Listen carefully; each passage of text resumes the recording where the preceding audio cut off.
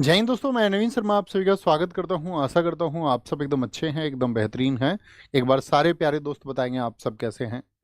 उम्मीद करेंगे बहुत अच्छे होंगे, बहुत बेहतरीन होंगे। और दोस्त, आज हम एक नया टॉपिक शुरू करने जा रहे हैं जिसका नाम है इम्पोर्टेंट ऑर्गेनाइजेशंस, यानी कि महत्वपूर्ण संगठन हमको पढ़ने हैं। और उन महत्वपूर्ण संगठनों से कई बार एग्जाम में क्वेश्चन पूछे जाते हैं, तो आपको बहुत ध्यान से उनको पढ़ना है। जैसे कि महत्वपूर्ण संगठन में आज की क्लास में हम आपका दुनिया का सबसे बड़ा संगठन यूएन को पढ़ेंगे। यूएन के अलावा हम वर्ल्ड बैंक, आईएमएफ और आपका सार्क, नाटो, इन सब के बारे में आज हम डिस्कस करने वाले हैं।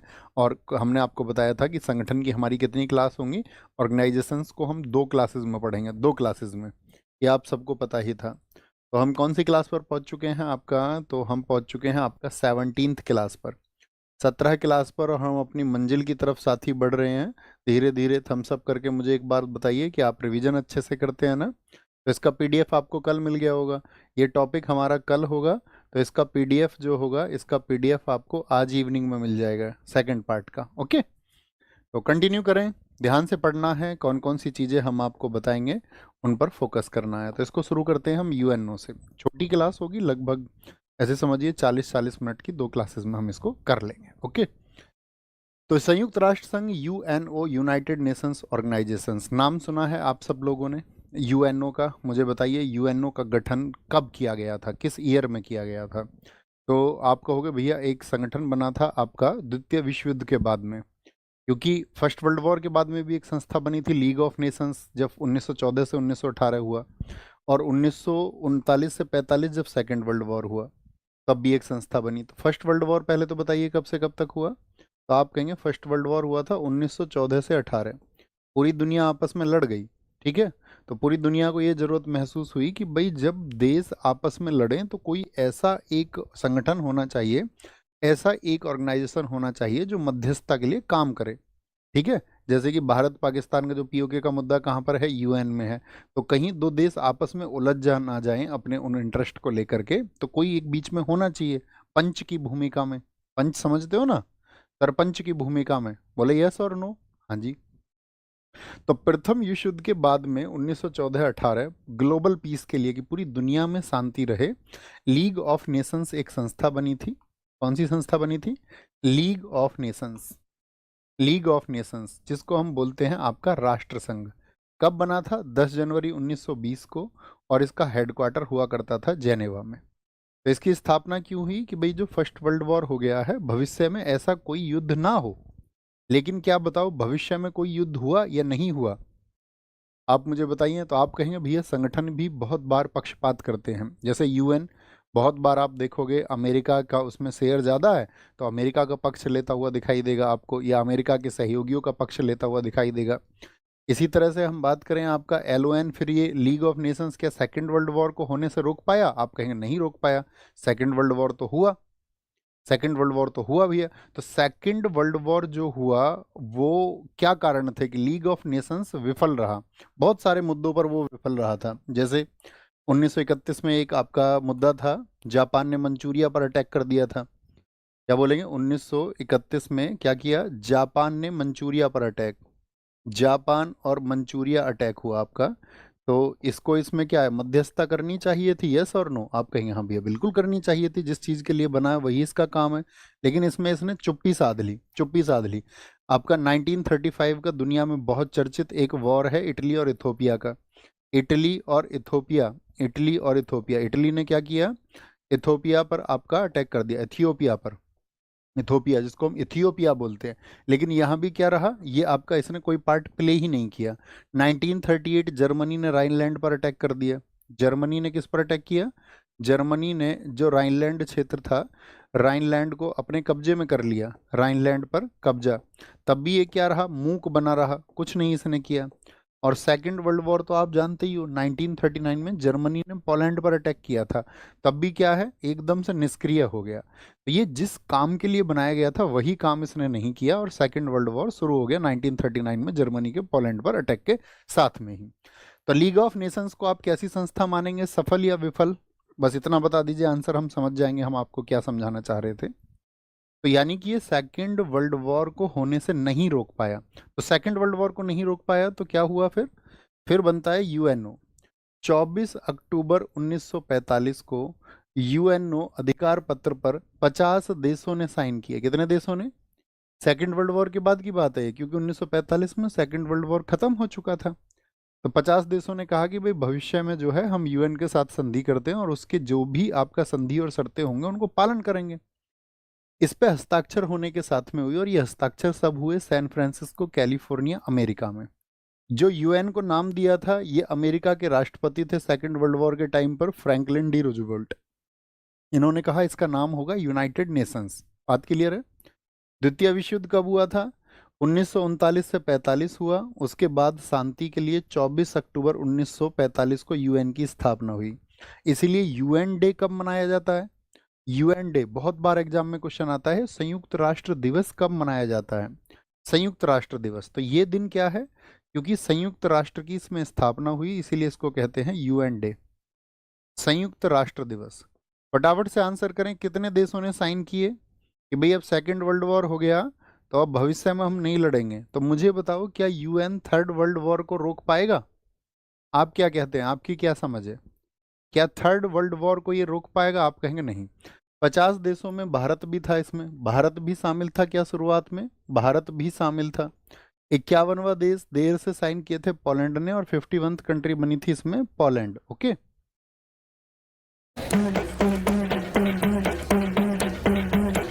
यूएन के वर्तमान में कितने सदस्य हैं? देखिए, जब आप किसी ऑर्गेनाइजेशन को पढ़ें, पूरी ऑर्गेनाइजेशन में 5 चीजें लिखिए किनारे पर। एक तो आप किसी भी संगठन का जो स्थापना वर्ष है उसको नहीं भूलोगे, एस्टैब्लिशमेंट ईयर नहीं भूलना है। उसका हेडक्वार्टर आपको नहीं भूलना है। उसके सदस्य कितने हैं ये नहीं भूलने हैं आपको, सदस्य। और साथ में उसके हेड कौन है वर्तमान में। और अन्य कोई अतिरिक्त जानकारी होगी तो हम आपको बता देंगे कि ये बहुत पूछी जाती है। थम्स अप करिए जी भैया, हम इसको फोकस पर रखेंगे, कोई इशू नहीं है। तो यूएन के वर्तमान में सदस्य देश कितने हैं? 193। 193वां देश बना था साउथ सूडान, ठीक है, 2011 में। उसके बाद से कोई देश नहीं बना। भैया देश कैसे इसमें बनते हैं हम अभी आपको आगे चल के बताएंगे ये बात। मुख्यालय इसका कहाँ पर है यूएन का? ये न्यूयॉर्क में है, ठीक है।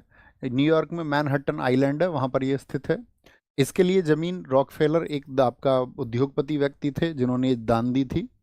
इसका जो साथी आपका फ्लैग, ये क्या बोलोगे, आपका मुख्यालय जो है, मुख्यालय, ये मुख्यालय हेडक्वार्टर बन के तैयार हुआ 1952 में।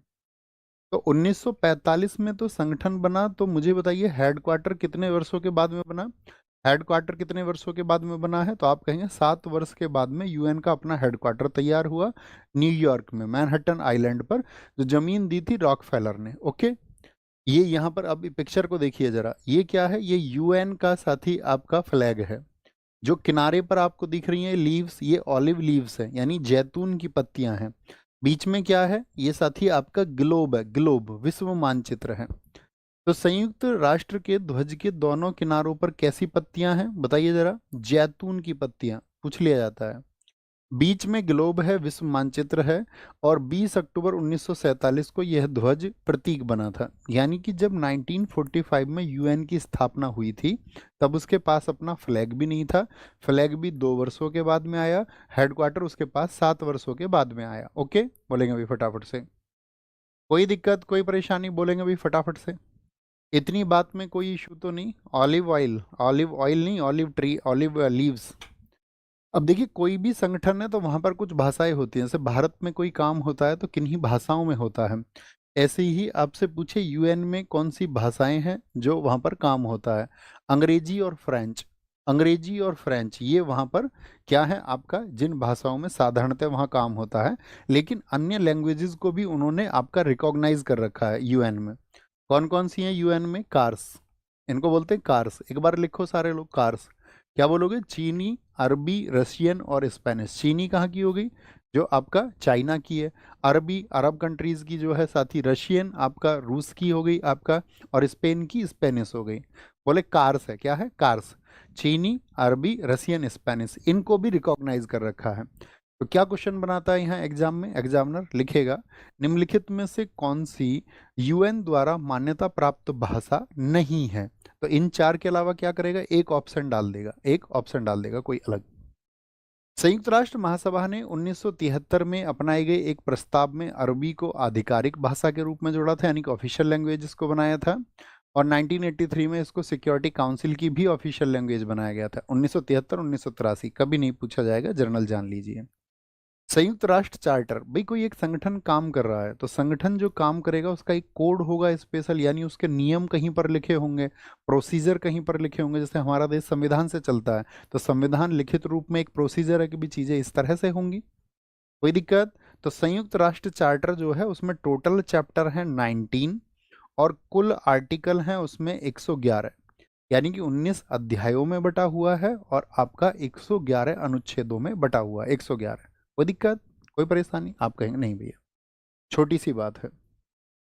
संयुक्त राष्ट्र के अंग कितने हैं? हर एग्जाम में मैक्सिमम पूछा जा चुका क्वेश्चन है। यूएन के कितने ऑर्गन्स हैं? यूएन के कितने ऑर्गन हैं? यूनाइटेड नेशंस के कितने ऑर्गन हैं?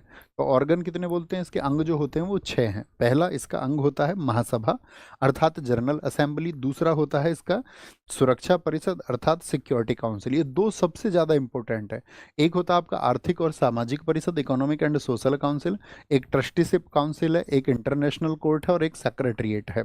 तो कुल मिलाकर के कितने ऑर्गन हैं? तो इसमें से क्या क्वेश्चन बना लेता, निम्नलिखित में से कौन सा यूएन का अंग नहीं है? तो इन 6 के अलावा कोई एक नाम दे देगा। आंख बंद करिए, क्या बोलेंगे भैया? महासभा हो गया यानी कि जनरल असेंबली हो गया, सुरक्षा परिषद हो गया अर्थात आपका सिक्योरिटी काउंसिल हो गया, आर्थिक एवं सामाजिक परिषद हो गया इकोनॉमिक एंड सोशल कब तक आप काउंसिल हो गई आपकी, एक प्रन्यास परिषद अर्थात ट्रस्टीशिप काउंसिल हो गई आपका, और एक आपका क्या बोलेंगे अंतर्राष्ट्रीय न्यायालय अर्थात इंटरनेशनल कोर्ट हो गया, और सिक्स्थ वन है सचिवालय अर्थात सेक्रेटरीट हो गया। तो कितने ऑर्गन है? 6 ऑर्गन है। 6 ऑर्गन है। ओके, 6 ऑर्गन है। लेकिन प्रन्यास परिषद क्या बोलेंगे 1994 से इसने कार्य करना बंद कर दिया। लेकिन एग्जाम में क्वेश्चन आ गया कितने ऑर्गन है, तो 5 लिखने की भूल मत कर देना। अभी उसको डिसमेंटल नहीं किया गया है। क्या बोलेंगे? अभी उसको डिसमेंटल नहीं किया गया है। तो आंसर क्या रहेगा हमारा? 6 ही रहेगा। 6। सचिवालय, इन सभी के हेडक्वार्टर न्यूयॉर्क में है। देखियो क्या बोला, परंतु अगली लाइन पढ़ना ध्यान से, परंतु अंतरराष्ट्रीय न्यायालय का जो हेडक्वार्टर है वो हेग में है। अब देखिए जनरली हमको पता होता है कि भाई यूएन का हेडक्वार्टर कहाँ पर है, तो हम कहेंगे न्यूयॉर्क। लेकिन कभी एग्जाम में हम जाते और क्वेश्चन आ जाता सुरक्षा परिषद का मुख्यालय कहाँ पर है, तो हम गच्चा खा जाते। या पूछ लेता प्रन्यास परिषद, प्रन्यास परिषद कहाँ पर है, तो भी आप कंफ्यूज हो जाते कि भी प्रन्यास परिषद का, यार ये तो हम तो जाने नहीं। तो आपको याद रखना यूएन के जितने भी ऑर्गन हैं उन सभी का हेडक्वार्टर न्यूयॉर्क में है। सिर्फ एक इंटरनेशनल कोर्ट है जिसका हेडक्वार्टर न्यूयॉर्क में नहीं है। ओके बॉस, बात क्लियर है? छोटी सी बात है। अब इनके बारे में जानना है थोड़ी थोड़ी जानकारी। जो महासभा आया पहला जनरल असेंबली, जो यूएन के ज़्यादातर काम हैं वह महासभा द्वारा ही किए जाते हैं। यूएन के जितने भी काम हैं जरा देखेंगे, डेली के काम को छोड़ के क्या होता है, इसको बोलते हैं महासभा अर्थात विश्व की लघु संसद। अच्छा मुझे बताइए संसद हमारे देश में क्यों है? आर्टिकल 79 में जो संसद आप पढ़ते हैं वो क्यों है हमारे देश में? आप कहेंगे भैया वो फॉर लॉ मेकिंग है, वह कानून निर्माण के लिए एक संस्था है कि कानूनों का निर्माण वहीं से होगा। इसी तरह से यूएन के जो नियम हैं उन सब का निर्माण भी कहाँ पर होगा, उसके कानून का निर्माण वो महासभा में होगा। और यूएन पूरी दुनिया के लिए एक संगठन है, इसीलिए उसको विश्व की लघु संसद कह दिया गया। ओके, प्रत्येक देश इसमें क्या बोलता है, कभी भी जब इसकी मीटिंग्स होती हैं तो हर देश से 5 प्रतिनिधि भेजे जाते हैं। जैसे कि मुझे भेज दिया, ठीक है, और 4 आप में से हो गए, हम 5 गए। लेकिन हम पांचों में से क्या बोलेंगे, वोट हमारा सिर्फ कंट्री का होगा। तो 193 वोट ही होते हैं, एक कंट्री का एक वोट होता है। आप कहें भैया 4 लोग जा सकते हैं क्या? हाँ चले जाओ। 3 जा सकते हैं? हाँ चले जाओ। 2 जा सकते हैं? हाँ चले जाओ। मैक्सिमम 5 जा सकते हैं वहाँ पर, क्योंकि आपके रहने वहने की व्यवस्था कराएंगे, वो सब कुछ है। लेकिन किसी भी एक इशू पर आपका वोट काउंट कितना होगा? एक होगा। क्या बोलेंगे, प्रत्येक देश 5 रिप्रेजेंटेटिव तो भेज सकता है लेकिन वोट काउंट कितना होगा? सिर्फ एक होगा। बैठक इसकी होती है हर साल सितंबर के तीसरे मंगलवार से दिसंबर के मध्य तक। आपको ये याद नहीं करना है, ठीक है, याद नहीं करना है। इसमें एक अध्यक्ष होता है, एक आपका 21 क्या होते हैं आपका, 21 होते हैं वाइस प्रेसिडेंट यानी उपाध्यक्ष होते हैं, और 7 इसमें जो कमेटीज है उनके अध्यक्ष होते हैं। लेकिन उन सब का चुनाव भी कौन करेगी? महासभा करेगी। तो चुनने का काम कौन कर रही है? महासभा, चुनने का काम। ठीक है, ये भी याद रखना ना रखना आपकी बात है। भाई यूएन है, यूएन काम कर रहा है दो देशों के बीच में या दुनिया के देशों के बीच में शांति स्थापित करने के लिए। तो वहां पर यूएन पीस कीपिंग फोर्स भी होती है, अपनी फोर्स भी होती है। जैसे आपका लीग ऑफ नेशंस विफल रहा था, उसके विफल होने का कारण भी ये था कि उसके पास अपनी कोई स्थायी सेना नहीं थी, फोर्स नहीं थी। यूएन के पास में है यूएन पीस कीपिंग फोर्स। ठीक है, इंडिया वो पीओके वाले एरिया में वहां पर भी वो लोग रहते हैं, बहुत जगह पे वो दुनिया में है यूएन पीस कीपिंग फोर्स। तो जब इतना बड़ा संगठन काम कर रहा है, उसके ऑफिसेज होंगे, उसमें काम करने वाले लोग होंगे, उन सब के खर्चे होंगे या नहीं होंगे, हाँ या ना? आप कहेंगे हाँ जी भैया बिल्कुल, एक्सपेंडिचर्स तो होंगे ही होंगे। तो जो खर्चे हैं यानी कि उन सब के लिए एक बजट तैयार होगा, तो कौन तैयार करेगा? वो बजट भी तैयार करता है आपका कौन? आपका महासभा। बजट हर दूसरे वर्ष महासचिव द्वारा पेश हुआ जाता है। महासचिव हम अभी जानेंगे थोड़ी देर में, महासचिव क्या होता है, सर्वोच्च पद है यहाँ पर। जैसे कि अभी देश कितने यूएन में, फटाफट आंसर करें। यूएन में देश तो आप कहेंगे 193 है। और नया सदस्य कोई भी शामिल करना है यानी 194वां सदस्य तो यूएन करेगी। ठीक है, यूएन कोई भी जो महासचिव बनना है उस महासचिव को कौन चुनेगा? आपका महासचिव को चुनेगी भैया आपका सिर्फ और सिर्फ जनरल असेंबली अर्थात महासभा। लेकिन उसके लिए रिकमेंडेशन देती है सुरक्षा परिषद। ठीक है, और अभी जो महासभा काम करती है उसमें भी जो प्रमुख होते हैं, अभी महासभा के 80वें प्रमुख कौन बनी है? जिनका फोटो लगा हुआ है, ये दीदी बनी है, एना लेना बेयरबॉक। ये जर्मनी की विदेश मंत्री हैं और आपका वेस्ट यूरोप से इस पोस्ट पर पहुंचने वाली ये फर्स्ट फीमेल है। फर्स्ट फीमेल है। कोई दिक्कत, कोई परेशानी? तो एक बार आंख बंद करके मेमोराइज करिए कि हमने क्या बताया, महासभा के क्या कार्य हैं। नया सदस्य कोई भी आएगा, बजट बनेगा, महासचिव को नियुक्त किया जाएगा, आपका महासचिव को नियुक्त किया जाएगा। ठीक है, और आपका जितने भी बैठक वगैरह हैं, ये सब देखता है महासचिव। बस डेली के काम छोड़ के, क्योंकि डेली का जो वर्क फंक्शनिंग होगा ना, जैसे अब हम जहाँ से क्लास ले रहे हैं तो ये एक ऑफिस है, तो ऑफिस में एक काम डेली का होता है। एक काम ये होता है कि इस ऑफिस में नीतियां तय होती हैं बैठ करके कि भाई किन प्रोटोकॉल्स पर ये संस्था चलेगी, स्टूडेंट्स के लिए क्या करेगी, जो अपना जो इनकम होगी उसका कितना स्टूडेंट वेलफेयर पर जाएगा। जैसे कि आज संस्था में प्री मेडिकल है बच्चों का, तो प्री मेडिकल के लिए लगभग 5 से 7 हज़ार बच्चे आ जाएंगे 3 दिन में। उनका रहना खाना, जो मेडिकल किट्स हैं, ठीक है, जो भी लगेगी, जो डॉक्टर्स की टीम लगेगी, जो भी इक्विपमेंट्स उसमें लगेंगे, वो उन बच्चों के लिए फ्री ऑफ कॉस्ट है, उस एक बच्चे के लिए। क्योंकि वो वहाँ तक पहुँचा, उसने हमको साबित करके दिखाया कि मैं एक अच्छा मार्क्स लेके आया हूँ। तो कल को वो कहीं ऐसा ना हो कि वही मेडिकल में रह जाए। तो ये हुआ नीति निर्माण। लेकिन डेली का काम जो होगा वो सेक्रेटरिएट देखेगा। डेली का काम कौन देखेगा? डेली का काम कौन देखेगा? सेक्रेटरिएट, सचिवालय। लेकिन बड़े काम कौन करेगा? वो महासभा करेगी। ठीक है, महासभा। इससे दूसरा अंग कौन सा है? दूसरे अंग का नाम है आपका सिक्योरिटी काउंसिल। इसको बोलते हैं दुनिया का पुलिसमैन। पुलिस का क्या काम होता है दुनिया में? पुलिस कैसे रखती है लोगों को? डरा के धमका के? प्यार से रखती है कि डरा के धमका के रखती है? तो भैया ऐसा ही समझ लो तुम, यही है सिक्योरिटी काउंसिल। इसमें क्या है, टोटल 15 देश हैं। टोटल इसमें 15 देश हैं, और उन 15 देशों में क्या है आपका, एक चुने जाते हैं आपका इसमें अस्थाई सदस्य यानी कि टेम्पररी मेंबर्स। जो टेम्पररी मेंबर्स होते हैं, टेम्पररी मेंबर्स क्या होते हैं आपका, उनकी संख्या कितनी है? उनकी संख्या है आपका 10। कितनी है? 10। और टेम्पररी मेंबर जो चुना जाता है वो चुना जाता है 2 वर्ष के लिए। ठीक है, और इसका जो चुनाव करती है वो करती है महासभा। पूरे जो 193 सदस्य हैं उनमें से 2/3 बहुमत जाएगा भी किसको अस्थाई चुना जाए। और अस्थाई से फिक्स रहेगा कितने के लिए? 2 ईयर्स के लिए। आपको एक डेटा याद रखना है, टोटल 15 सदस्य होते हैं, जिनमें से अस्थाई 10 होते हैं और स्थाई होते हैं 5। तो स्थाई तो हमेशा के लिए हैं, वो तो बदले ही नहीं जाएंगे। तो क्या बोलेंगे? ये ABCFR। बोलो एक क्या है? इसको बोलते ABCFR। ABC फिर से ABC, ABC फिर से ABC, ABC फिर से ABC। अमेरिका, ब्रिटेन, चाइना, और आपका क्या बोलेंगे, अमेरिका, ब्रिटेन, चाइना, फ्रांस और रूस, ये FR हो जाता है। तो 5 तो हो गए ये आपका स्थायी सदस्य। अस्थायी कितने दिन के लिए चुने जाते हैं? 2 वर्ष के लिए। क्या भारत स्थायी सदस्य है? इनमें शामिल है? पूछा जाता है निम्नलिखित में से कौन सा सिक्योरिटी काउंसिल का स्थायी सदस्य नहीं है। तो नाम दे देगा, एक अलग से नाम लिख के दे देगा आपको। तो भारत कैसा है? भारत है टेम्पररी। लेकिन क्या टेम्पररी हमेशा के लिए होता है? तो भारत 8 बार चुना जा चुका है। कितनी बार चुना जा चुका है? 8 बार चुना जा चुका है। ठीक है। सबसे ज्यादा बार कौन चुना गया है बताइए? जापान। 12 बार जापान चुना जा चुका है। ठीक है, 12 बार। ओके।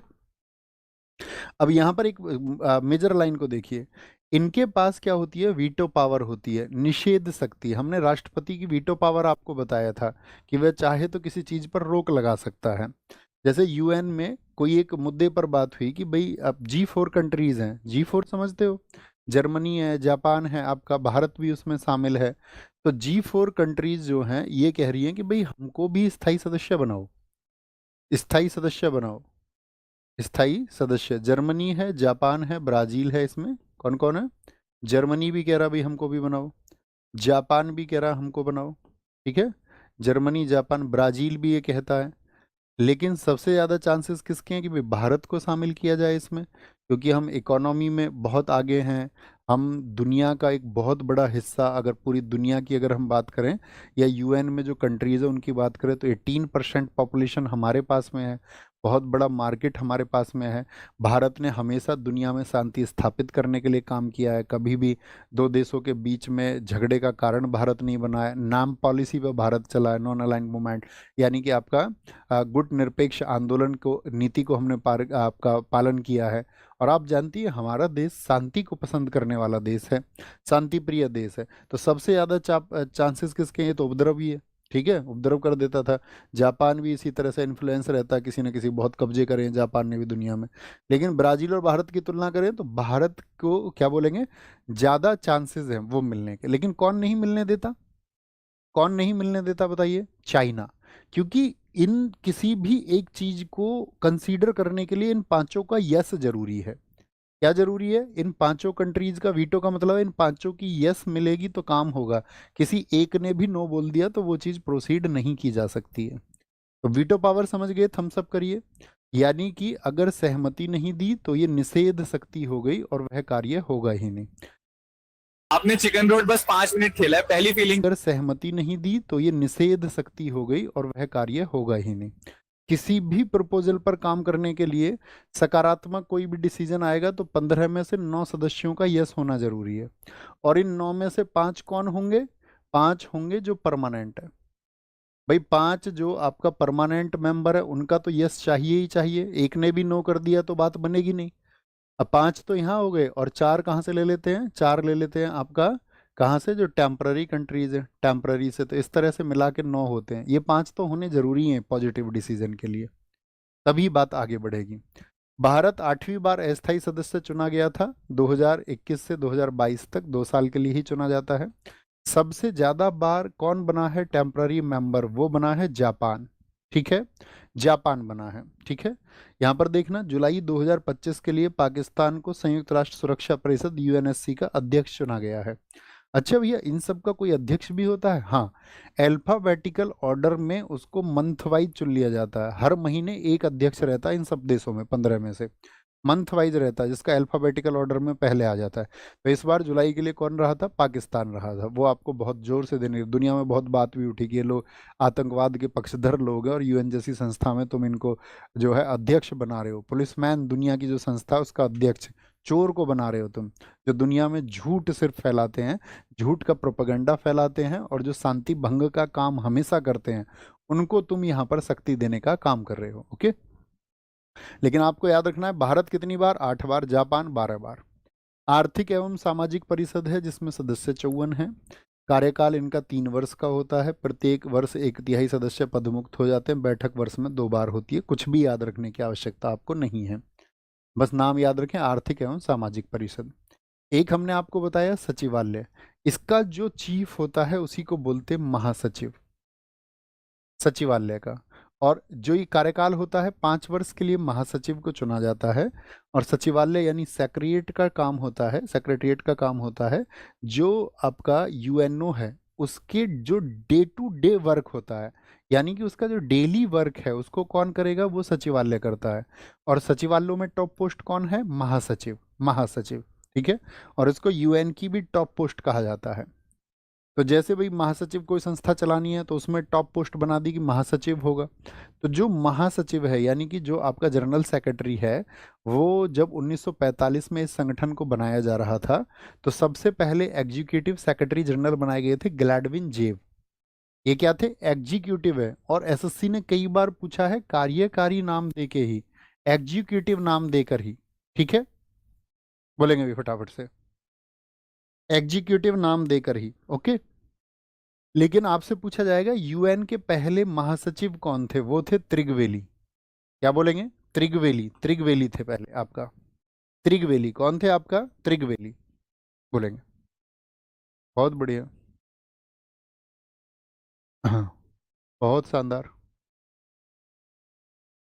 वो याद रखेंगे, पहले थे। बहुत बढ़िया जी। एक बच्चे ने लगातार लगभग 33 मिनट हो चुके हैं क्लास को चलते हुए, और 7 पे क्लास शुरू हुई, तो 33 माइनस 7 कितना हो गया है? 70? इतनी इतनी देर में कैलकुलेशन होती है? 26 मिनट से उसने बस उस पर एक बात है, उपराष्ट्रपति ने इस्तीफा क्यों दे दिया? मोदी जी से पूछो जाके। बताओ जी। दूसरे थे डैग हैमरशोल्ड, ये स्वीडन के थे, एक शांति समझौते के लिए जा रहे थे लेकिन इनका प्लेन क्रैश हो गया, हवाई दुर्घटना में मौत हो गई। कई बार रिपीटेड क्वेश्चन है, यूएन के किस महासचिव की हवाई दुर्घटना में मौत हो गई थी? और देखिए, जब हम आपको नोबेल पुरस्कार पढ़ाएंगे तो हम एक बात बताएंगे, इस पूरी दुनिया में नोबेल पुरस्कार मरणोपरांत सिर्फ 2 व्यक्तियों को मिला है, सिर्फ 2 व्यक्तियों को। 1931 में एक व्यक्ति थे एरिक्सन, और 1961 में दूसरे पर्सन यही थे आपका डैग हैमरशोल्ड। तो इनकी डेथ हुई 1961 में, और उसी वर्ष में इनको नोबेल भी मिला था पोस्ट्यूमसली कैटेगरी में, मरणोपरांत, मरने के बाद में। 2 ही पर्सन में से ये एक हैं। तो डैग हैमरशोल्ड जिनकी डेथ हुई थी। यूथांट, ये म्यांमार के थे, तो पहले एशियाई व्यक्ति थे जो महासचिव बने थे। वाइल्डहाइम और जेवियर कोयार आपको याद रखने की आवश्यकता नहीं है। बुतरस घाली पहले अफ्रीकन व्यक्ति थे जो महासचिव बने थे। कोफी अन्नान बहुत चर्चित रहे थे घाना के, इन्होंने कोफी अन्नान फाउंडेशन बनाया था, इन्वेंशन बुक लिखी थी, इनको नोबेल शांति पुरस्कार मिल चुका है। बहुत बड़ी पर्सनालिटी थे कोफी अन्नान उस टाइम पे। बान की मून रहे थे, और अभी रिसेंट में कौन है ये याद रखने हैं आपको। अभी रिसेंट में कौन है? Antonio Guterres. किस देश के हैं उनका देश भी याद रखना है। वर्तमान में कौन है? Antonio Guterres, Antonio Guterres. Okay, और ये पुर्तगाल के हैं, और ये वर्तमान में महासचिव है, महासचिव है। ये इनके अंक नहीं दर्शा रहे हैं कि इनका नंबर है, याद रख लेना, हम आपको फिर से मेमोराइज करा देते हैं। ये इनके अंक नहीं दर्शा रहे हैं, फेमस अंक नहीं दर्शा रहे हैं। ठीक है, चलो।